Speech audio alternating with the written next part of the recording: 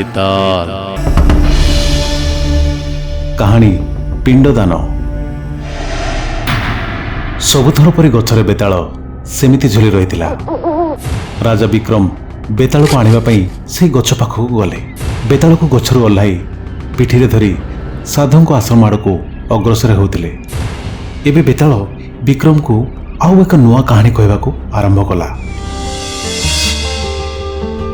बक्रलोक ग्राम सूर्यप्रभु नाम जड़े राजा शासन करथिले।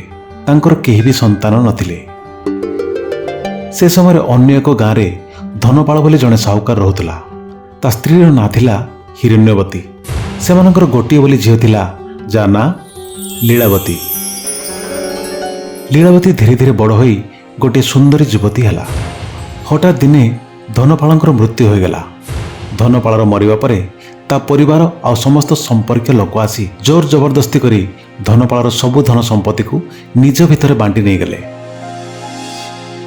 ए सब देखी बिचारी विधवा हिरण्यवती झील लीलावती को धरी राताराती गाँ छाड़ी चलीगले। हिरण्यवती और लीलावती जीवा समय बाटरे राजांक सिपाही द्वारा दौड़े बंधा होता गोटे चोर को देखिले। चोर हिरण्यवती को देखि कहला मते काली फांसी दे देबे। एणु मु तुमको 1000 स्वर्ण मुद्रा देवी। तुमे तुम झील सहित मो बाहागर कर दियो। हिरण्यवती चोरर कथा शुणी आश्चर्य होगला। कहला तुमे काली मरीजीव मु मो झील सह केमिति तुमर बाहागर करदेवी। चोर कहला बाहा न होई मु मरीगले मते मुक्ति मिलिबनी। सेथिपई मु तुम झील को विवाह हेबाकु चाहे। हिरण्यवती स्वर्ण मुद्रा पाइबा आशारे लोभ करी लीलावतीर बाहागर से चोर सहित करदेला। चोर लीलावती को कहला ए गछ माटी तले मु स्वर्ण मुद्रा लुचाई रखिछि। जाओ काढ़ी नहीं जाओ। आ मु मला परे मोर क्रियाकर्म करी तुमे चली जीवो। हिरण्यवती माटी खोली सबु स्वर्ण मुद्रा को बाहर कला। परदिन चोर को फांसी देला परे तार सबु क्रियाकर्म करी माँ झील पुणी निज गाँ को चलीगले। से गाँव में वसुदेव बोली जड़े गुरु रोहुतिले। तांकर मनस्वामी बोली जड़े शिष्य थिला। दिने लीलावती मनस्वामी को देखिला।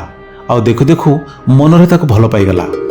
लीलावती ता घर थिबा काम करिबा कामवाली को डाकी कहला तू मनस्वामी पाखक जाई कहबू मु तांको बाहाबाकू मनस्थ करिछि। मनस्वामी किंतु अन्य काहाको भल पाउतला।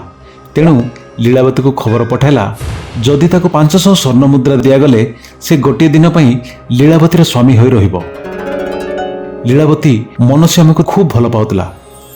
एणु से ता कथारे राजी होई 500 स्वर्ण मुद्रा देई दुहे गोटे राति एकाठी रहिले। किछि दिन गला परे लीलावती गोटे पुत्र को जन्म देला। राति महादेव स्वप्न आसी लीलावती को कहले तू तो पुओ को 1000 स्वर्ण मुद्रा सह राजमहल सामना रे रखिदे आसबू। हिरण्यवती और लीलावती महादेव को आदेश मानी छुआ और स्वर्ण मुद्रा राजमहल सामना रे रखिदेले।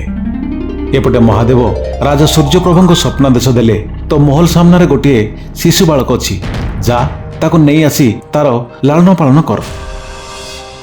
राजा तांको सिपाही को कही स्वर्ण मुद्रा और शिशुटी को राजमहल को नहीं आसिले। राजा पिलाटीर ना देले चंद्रप्रभ। किछि दिन गला परे राजा सूर्यप्रभ निज राजगादी चंद्रप्रभ को देई तीर्थ करबा पई काशी को गले। आउ सेठी मृत्युवरण कले। ए कथा जानिबा परे चंद्रप्रभ पितांको आत्मार शांति निमंते काशी को जाई श्राद्ध करी पिंडदान देबा पई जेतेबेले नदी पाखक गला नदी भितरु 3टी हाथ पदाको बाहरला। पिंड ग्रहण पई 3टी हाथ पदाको बाहरिबा देखि चंद्रप्रभ प्रथमे डरी जाइथिला। परे ब्राह्मण मानक पचारला ए 3टी हाथ भितरु मो पिता किए आ मु काहा हाथरे पिंड देवी।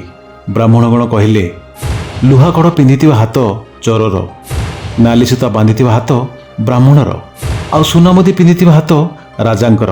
एबे तुमे स्थिर कर तुम पिता किए आउ तांको पिंड दान कर। एठी बेताल ता कहानी को सारी विक्रम को पचारला विक्रम एबे तू कह चंद्रप्रभ काहा हाथरे पिंड देव चोर को ब्राह्मण को ना राजा को। उत्तर जानी जदि ତୁମ ପ୍ରଶ୍ନର ଉତ୍ତର ଦେବୁନି ତେବେ ତୋର ମୁଣ୍ଡ ଫଟାଇ ଖଣ୍ଡ ଖଣ୍ଡ କରିଦେବି।